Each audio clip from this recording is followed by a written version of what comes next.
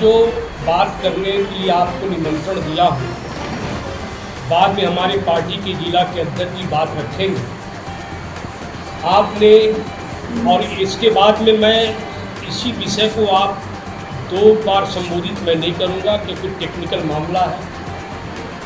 एक बार में ही हम अपनी बात को प्रसारित करेंगे। आज आपने अखबारों में देखा कि सारे अखबारों में बिना मेरे पक्ष लिए हुए या जानकारी के अभाव में या किसी कारणवश यह लिखा कि अभय सिंह, निर्भय सिंह, दिलीप सिंह, उनके दोनों भतीजा जो दिल्ली में पढ़ते यहाँ आए हैं, दोनों के नाम सौगन सिंह, सौभाग सिंह, भांजा बिन्नी सिंह, सभी को मारपीट करने के आरोप में जो है एक सनहा दर्ज, एक शिकायत दर्ज किया गया है। मेरा यह मानना है, मैं अब दावे के साथ कह सकता हूं कि ओछी राजनीति के तहत, षड्यंत्र के तहत इस घटना को जानबूझकर एक शंभू मंत्री जो यहाँ पर राजनीति तो करते हैं, नेता हैं, लेकिन अपने मुख्य प्रतिद्वंदी समझकर पहले भी हमारे साथ में जेल यात्रा तक करवाए, एक मोहम्मद सागिर को खड़ा करके 2.5 साल पहले के मामला को केस में दर्ज करवाए, और अब जो है उनके गुर्गे जो कांग्रेसी गुंडे वैसे लोगों की टीम बनाकर यह घटना को अंजाम दे रहे हैं। कल की जो घटना हुई है, यह मेला 75 वर्षों से यहाँ चलता आ रहा है। कभी भी इस मेले में कभी कोई दिक्कत नहीं हुआ है। आप लोग जानते हैं, मात्र 7-8 पुलिस हमें मिलती है। अपने कार्यकर्ताओं के बल पर रात दिन 6-7 दिनों तक यह काम होता है। शांतिपूर्वक जुलूस भी निकलता है, शांतिपूर्वक कार्यक्रम भी होता है और पूजा का निष्पादन भी होता है। कभी भी ऐसी कोई अप्रिय घटना यहाँ पर देखने को नहीं मिला है। लेकिन इस बार जानबूझ करके, क्योंकि चुनाव नज़दीक है, एक षड्यंत्र के तहत किया गया है और वह अंजाम अपने गुर्गे, अपने कार्यकर्ताओं के माध्यम से श्री धर्मेंद्र कुमार और उनके सहयोगी जो 20-25 लोग हैं, उनको भेज करके गोलगप्पा वाले को दम तक मारा, यहाँ तक कि सर फट गया, बल खून बहने लगा। पूरे मेला में भगदड़ मच गया। पूरे मेला में ये स्थिति हो गया कि आखिर क्या हो गया। उसके बाद हमारे कार्यकर्ताओं ने वहाँ पहुँचे तो एक लड़के को हल्का से जो है वो क्या बोलते हैं, तो जो सैलून बनाते हैं, स्तूरा या रेजर से मार करके उसको घायल कर दिया। तब तक लोगों ने पकड़ लिया, हमारे वॉलंटियर लोग 3-4 लोग पकड़े, उसको पकड़ करके भीड़ से हटा करके लाए।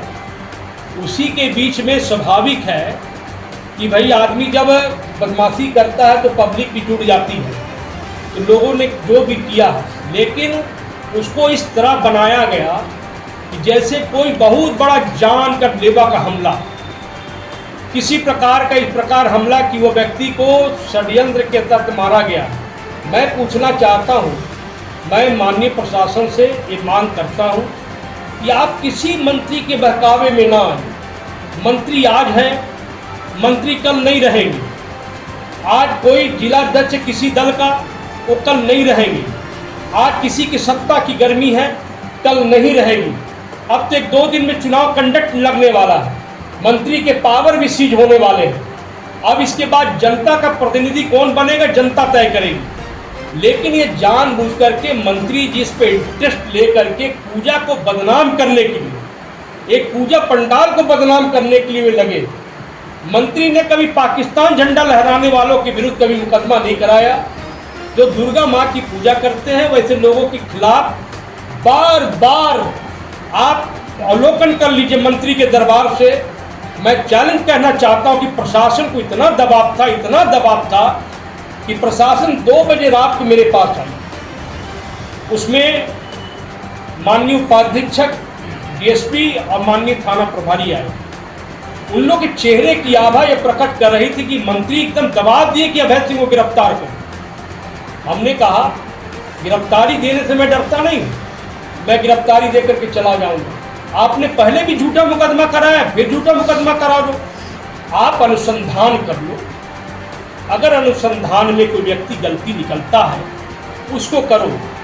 मैं इस घटना की जानकारी मुझे पहले से था कि होगा, क्योंकि चुनाव का समय चल रहा है। 4 दिन पहले हमने थाना प्रभारी से कहा था, पहले भी मैं कहता आ रहा हूं कि ऐसे लोग असामाजिक तत्व तो सक्रिय हो गए पैसे लेकर, जो गलत एलिमेंट है, और वे वैसे लोग हैं कि जिनकी एक टीम है जो जेल जा चुकी है, जो जेल जा चुकी है वैसे लोगों की टीम है।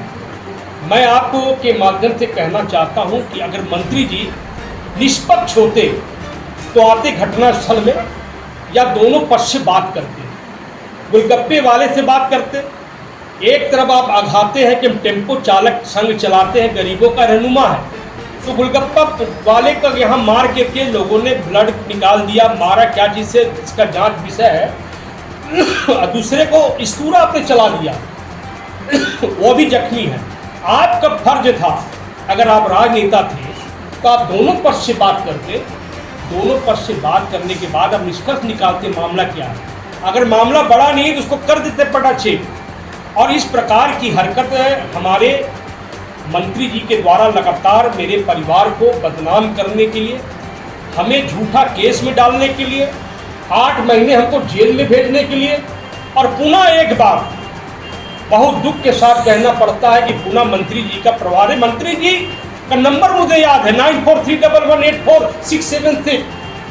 ठीक है, कभी मेरे साथ में रहे हैं, उनको पूछना चाहिए कि भाई जी आरोप आ रहा कि हमको क्या करना चाहिए, लेकिन आप प्रतिनिधि बन करके इस प्रकार का हरकत आपने किया है। तो मैं उनको कहना चाहता हूं कि नाक में नकेल मंत्री का डाल देंगे। मंत्री से मैं घबराने वाला नहीं, पुलिस डरती होगी मंत्री से, मैं मंत्री से डरता नहीं हूँ, मैं मंत्री से घबराता नहीं हूँ। मंत्री के काले चिट्ठे को मैं खोल दूंगा तो मुंह दिखाने लायक नहीं है। जो मंत्री का वीडियो आज तक मैं नहीं बोला हूँ, जो मंत्री का वीडियो अश्लील है, जिसके भाई अश्लीलता में पकड़े गए, वह हमें नैतिकता की बात पढ़ाएगा, वह हमें नैतिकता की सीख दिखाएगा। मंत्री से मैं पूछना चाहता हूं कि आ जाइए मैदान में, अगर मुर्रा कुश्ती लड़ना है। आप कौन सी कुश्ती लड़ना चाहते हैं? आप अखाड़ा की कुश्ती लड़ना चाहते हैं कि जुबान की राजनीतिक कुश्ती लड़ना चाहते हैं? आप भारतीय जनता पार्टी के कार्यकर्ताओं को इतना कमजोर मत समझिए कि आप लोग कल कांग्रेसी के जत्था, सत्ता का रुआब कभी रहता नहीं, सत्ता की गर्मी कभी नहीं रहती। सत्ता के लोग बैठ करके 100 लोग 150 लोग जा करके थाना में जबरदस्ती किए हैं। अगर किसी भी कार्यकर्ता को निर्दोष पकड़ा गया, किसी कार्यकर्ता के साथ में गलत हुआ, हम लोग ईंट का जवाब पत्थर से इस बार देने के मूड में बैठे हैं। 2 दिन में राजनीति की गर्मी निकलने वाली है, चुनाव कंटेंट लगने वाला, प्रशासन को तय करना है। अगर अनुसंधान में हमारे लोग गलत हैं तो आप उनको गिरफ्तार भेजिए, अगर अभय सिंह गलत है तो गिरफ्तार करके भेजिए, अगर गलत नहीं है तो दुष्प्रचार मत करिए इस प्रकार की ओझा, नहीं तो मैं मानहानि के केस में जाऊंगा। कोई भी व्यक्ति करे हम उसके खिलाफ जाएंगे। दूसरी बात है कि वैसे लोग वहां सक्रिय थे जिसको कोर्ट वारंट किया हुआ है, जिसको मैं धीरे धीरे 1 हफ्ता के अंदर आप लोग को जल्द खोल दूंगा।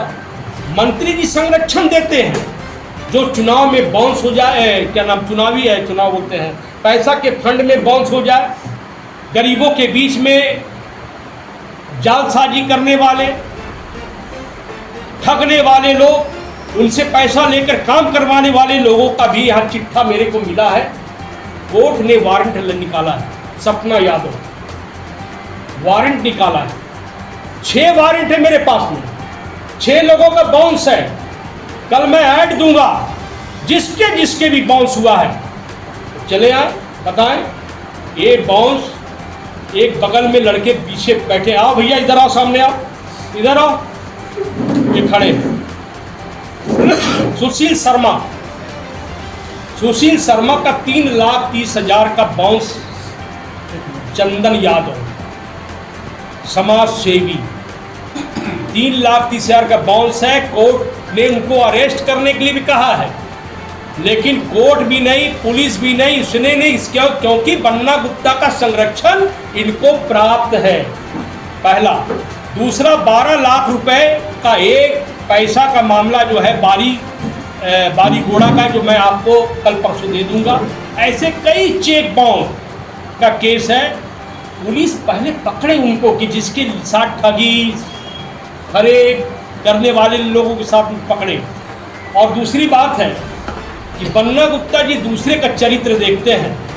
मैंने जब कल ये बात मामला हुआ तो कई चीज़ों का प्रकाशन हमको देखने को मिला, जिसमें मैं आपको कहना चाहता हूँ कि ये बहुत गंभीर मामला है। अगर कोई व्यक्ति गलती करता है, कमज़ोर व्यक्ति, तो उनकी गलती पकड़ी जाती है तो समझ में आता है। लेकिन अगर कोई सत्ता के गुरूर पे बैठा हुआ व्यक्ति है तो उसका जांच होना चाहिए।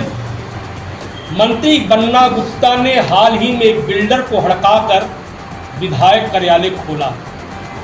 उस विधायक कार्यालय में आपने कौन सा एग्रीमेंट किया, किस आधार पर किया है, उसको आपको बताना होगा, क्योंकि वह कार्यालय किसी व्यक्ति का नहीं है, वह कार्यालय राज्य के मंत्री का है। तो मंत्री जी को जवाब देना होगा कि हड़का कर विधायक कार्यालय खोला। बाली चेला स्कूल के पास उसकी बिजली नहीं आ रही थी, एक बिल्डर को उसने हड़काया, उसके भतीजा और बेटे ने सौदेबाजी की और पूरा निचला हिस्सा अपने नाम करा लिया। आप पता करिए, मैं इसको ईडी को लिखूंगा, आप इसको पता करिए। इसका दस्तावेज भी नहीं बना है। कोई भी चीज़ का दस्तावेज होता है ना भाई, हम एक घर में रहते तो मेरा आधार तो होगा, लेकिन मंत्री अगर रहते हैं तो कुछ आधार बनाए होंगे, उसको प्रकाशित करने की ज़रूरत है। हाई कोर्ट जब अवैध बिल्डिंग पर कार्रवाई कर रही थी तब भी +6 तल्ला बिल्डिंग कर दी गई, जिसको बिजली दे दी। नवरात्र के मौके पर ही वहाँ विधायक कार्यालय खोल दिया गया। ये मंत्री जी का कारनामा है। मंत्री बन्ना गुप्ता ने कदमा में राम जन्म नगर, भाटिया बस्ती समेत आसपास की 3 सड़कों को बंद करा दिया है। ये आपकी आंख के सामने हुआ है। मंत्री जी ने जो कार्यालय बंद किया, ताला दरवाजा, प्रशासन का सांस नहीं खुला कि दरवाजा खोल दो, जुस्को का सांस नहीं खुला, या तो जुस्को नोटिफिकेशन निकाले क्या हमने बंद किया। किसने बंद किया? प्रशासन के कहने पर बंद हुआ कि मंत्री के कहने पर बंद हुआ कि हेमंत सोरेन जी ने बंद किया कि जुस्को के अधिकारियों ने लिखित दिया। आखिर कोई तो एक व्यक्ति होगा कि जो दरवाज़ा जो बंद किया गया है, जो रोड बंद किया गया, उससे वहाँ की जनता भयक्रांत है। यह मामला गंभीर है, ठीक है। ये मामला को उजागर करने वालों के साथ में कार्रवाई करते हैं। जिस मंत्री गुप्ता जी ने वहाँ की सड़कों के चौड़ीकरण को लेकर दुकानदारों को धमकाया, इसके मतहत लोगों से, दुकानदारों से बातचीत की, सारे दुकानदारों को हटाने पर रजामंदी हुई, लेकिन जितना चौहद्दी दुकानों की थी उससे कम पर सारे दुकानों को पीछे कराया जा रहा है। अगर बन्ना गुप्ता ने इन दुकानदारों को हटवाया नहीं है तो फिर उनके साथ अन्याय हुआ तो क्यों चुपचाप देखते रहे। करीब 50 दुकानदार इससे प्रभावित हुए हैं। बिष्टुपुर बाजार में मुस्लिम समुदाय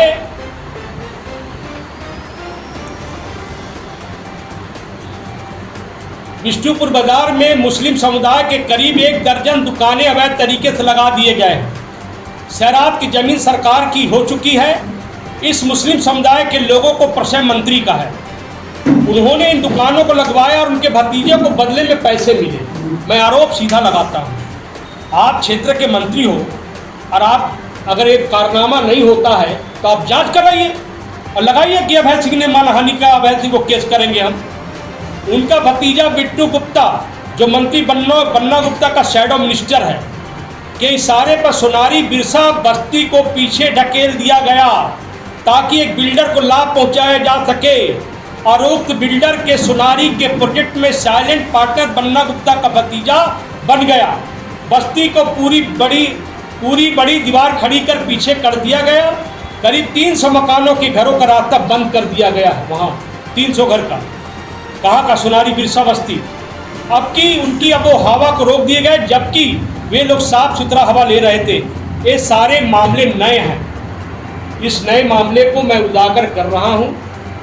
मैं माननीय उपायुक्त महोदय से, माननीय सीनियर आरक्षी अधीक्षक से, माननीय सिटी अधीक्षक से कि कांग्रेसी नेताओं के चक्कर में किसी के परिवार को बदनाम करने की जो साजिश आप रच रहे, कुछ लोग रच रहे, उसका पर्दाफाश आप करें। अगर लगे कि अभय सिंह के लोगों ने गुंडागर्दी किया है तो अभय सिंह के लोगों को गिरफ्तार करना चाहिए। दुर्गा पूजा का मेला ठेला में आप किसी प्रकार की गुंडागर्दी करेंगे, ये बर्दाश्त के बाहर है। या तो पुलिस पूजा करे या तो कमेटी करे, और समिति के लोग इस बात को किसी भी कीमत में बर्दाश्त नहीं करते हैं।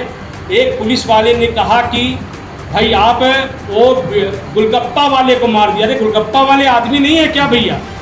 गुलगप्पे वाले को मारने के लिए आप खड़े नहीं होंगे? आप किस चीज़ की नेतागिरी करते हैं? आप इसी परिसर में अगर घटना करेंगे। और दूसरी बात, रात को हमारे पास प्रशासन ने कहा कि लिख करके दिया है, आप ये ध्यान तो सुनिएगा, लिख करके दिया है कि अभय सिंह हथियार लेकर के और मारपीट करवाए हैं, किए हैं, जो भी है। ये मेला में अगर कोई भी किसी भी प्रकार का वीडियो फुटेज यहाँ से वहाँ चेक कराए प्रशासन, किसी भी प्रकार का सोशल मीडिया में एक फोटो का क्लिक में भी अगर रिवॉल्वर या किसी प्रकार का फोटो आ जाता है तो सरासर ये समझिएगा कि अभय सिंह गुनाहगार हैं। मैं दावे के साथ डंके की चोट पर कह सकता हूँ। अगर एफआईआर में लिखा कि हथियार के बल पर, रिवॉल्वर के बल पर, बंदूक के बल पर, तो उसकी पुष्टि आप सोशल मीडिया का ज़माना है, आज के दिन में भीड़ में नहीं हो सकता भाई। पहले के ज़माना में हो सकता था कि ज़माना में अगर कोई व्यक्ति हथियार लेकर के अगर इस प्रकार का मारपीट करता है, आप थोड़ा सा भी तलवार भी दिखा दीजिए, आप बंदूक भी दिखा दीजिए, आप रिवॉल्वर भी दिखा दीजिए, आप बड़े बड़े लाठी भी दिखा दीजिए, तो हम बात मानने को तैयार हैं। जो लड़का है वो बहुत ही खुरापात है। 2500 संज्ञान थाना में जाता था, बड़े लीडर का बर्धक प्राप्त था, उसको छुड़ा देता था। धीरे धीरे धीरे धीरे मन बढ़ता चला गया। ये वही वाला हिसाब किताब है कि एक मौलवी को लुंगी उठाने से 5 रुपये मिलता था, तो जाकर के पठान को उठा दिया तो उसको तलवार मिल गया। तो ये वही कहावत है कि जब कमज़ोर आदमी के पीछे कौन खड़ा है? ये मंत्री खड़े हैं। कल जिस पार्टी के जिला अध्यक्ष के गए थे, क्या गुलगप्पा वाले के पास नहीं आ सकते थे? क्या उनके पास नहीं जा सकते थे? छुटाया 2 जगह है तो दोनों उसके पास भी जाना चाहिए। आप वोट बैंक की राजनीति कर रहे हैं। हमारे पास भी यादव समाज के अध्यक्ष मानगो के, ये मानगो और कदमा को नहीं बनने देंगे साक्षी को। मानगो और कदमा में जिस प्रकार क्राइम हो रहा है मंत्री के द्वारा या मंत्री के गुरुओं के द्वारा, मंत्री चुप है, ये काशीडी नहीं बनेगा। काशीडी को बचाने और बसाने में आदमी लोगों ने अपना प्राण और जान दे दिया। आप किसी को 2 पल के लिए बदनाम कर सकते हैं, लेकिन हमेशा के लिए बदनाम नहीं कर पाएंगे। आज यहाँ का पूजा शांति माहौल से होता है। क्यों होता है? क्यों कहीं ना कहीं अनुशासन है, अनुशासन का तार है। पुलिस आती है, 5 फोर्स देती है, 5, अब 5 के बल पर एक पूजा हो सकता है? इतने लोग हैं, इतने लोग लगे रहते हैं। और मैं प्रशासन से ही मांग करता हूँ कि आप इन तथ्यों में देखें। आप मंत्री जी के बारे में भी आप लिखे। मंत्री को मैं खुली चुनौती देता हूँ, नूरा कुश्ती लड़ना, नूरा कुश्ती लड़ जाओ। झूठा केस 3 बार चढ़वा दिए और 4था बार चढ़ाना है, उस पर भी हम लोग तैयार हैं। लेकिन ना डरे थे, ना डरे हैं, ना डरेंगे। ये मैं कहना चाहता हूँ। बाकी बात हमारे जिला अध्यक्ष रखेंगे। भारतीय जनता पार्टी के प्रदेश के नेता अभय सिंह जी ने जो अपनी व्यथा रखी, पार्टी उस व्यथा से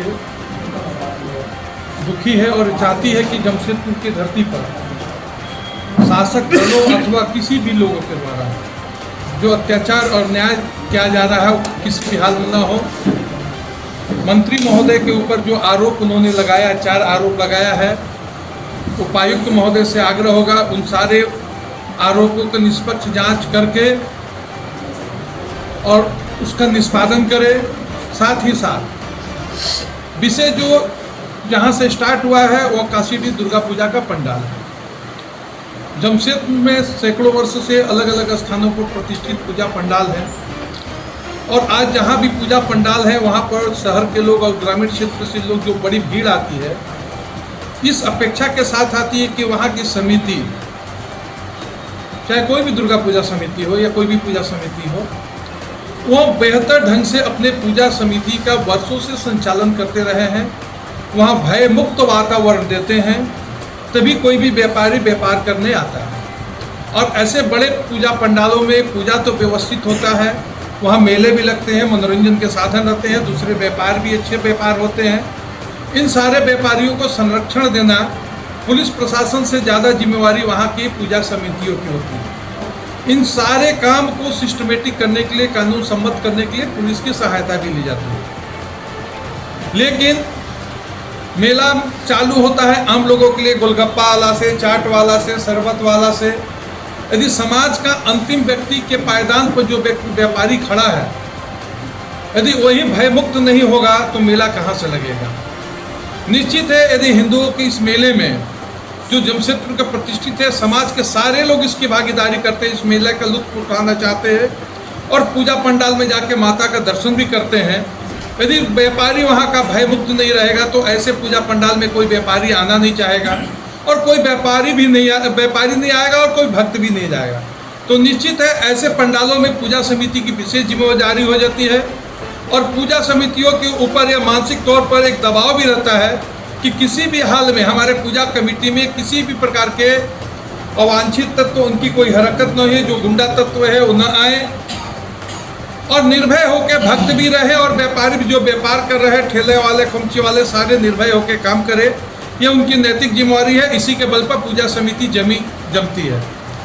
और इस प्रकार के यदि काशीडीह या किसी भी क्षेत्र में माहौल क्रिएट किया जाता है योजना पूर्वक, कुछ इत्तेफाक से घटनाएं हो जाती है जिसमें दोनों पक्ष को समझा बुझा के मामला खत्म कर लिया जाता है, लेकिन इत्तेफाक नहीं है।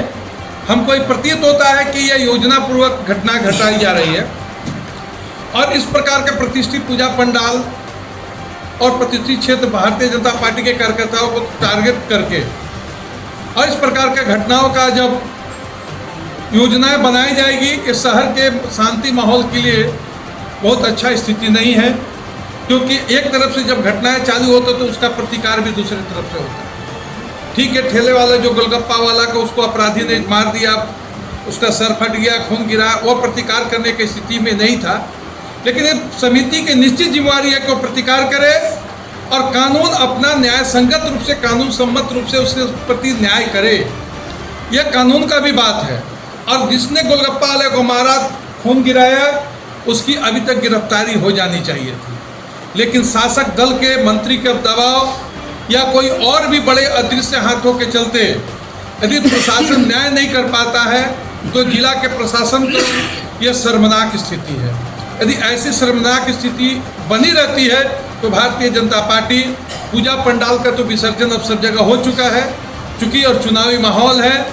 हम चुनावी माहौल, कानून संगत परिस्थिति को देखते हुए आंदोलन का रास्ता भी देखेंगे और किसी की गुंडागर्दी जमशेदपुर की धरती पर चले, ये जमशेदपुर के भारतीय जनता पार्टी के कोई भी कार्यकर्ता बर्दाश्त नहीं करेंगे। इसका अंजाम चाहे अब जो भी हो। पूरे मेले में कोई घटना होती है तो व्यक्ति को किनारे ले जाया जाता है पकड़ करके। अगर कोई गलती पकड़ाता है तो वो किनारे ले जाया जाता है। मेले में अगर पकड़ के रखेंगे भगदड़ होगा कि मामला क्या होगा। जब उसको पकड़ करके यहाँ ला करके पुलिस को इंतज़ार करना पड़ा, कम से कम पौन घंटा पुलिस अपने काम में लगी थी विसर्जन में। लोगों ने पकड़ के रखा था। जैसे ही पुलिस को देखा, पुलिस की गाड़ी हॉर्न बजाते हुए आया, वो गिर गया नीचे गिर के हाँपने लगा। पूरा ड्रामा पार्टी की हमको इतना मारा। मैं कहना चाहता हूँ, जब उसको इंजरी कराने के लिए आप गवर्नमेंट हॉस्पिटल पर ले गए तो गवर्नमेंट हॉस्पिटल वाले को मंत्री जी का फ़ोन दबाव में चला जाता है। गए 3 लोग, इधर भी गए, तो इधर वाले का 2 लोगों का खून निकला, उनको टीएमएस नहीं ले गए किनको, कि जिनसे मतलब था, उनको ले जाकर के टाटा मैन हॉस्पिटल में भर्ती कर दिए।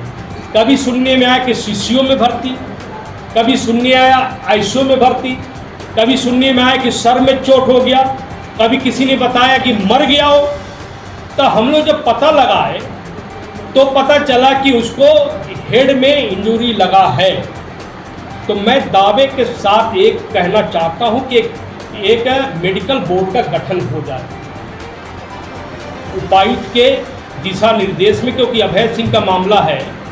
तो एक मेडिकल बोर्ड का गठन हो, मेडिकल बोर्ड में सिविल सर्जन रहे, मेडिकल बोर्ड में जिस प्राइवेट हॉस्पिटल के डॉक्टर हैं उनकी बड़ी टीम रहे, और साथ में यहाँ के भी क्या नाम है एमजीएम हॉस्पिटल का भी बोर्ड रहे।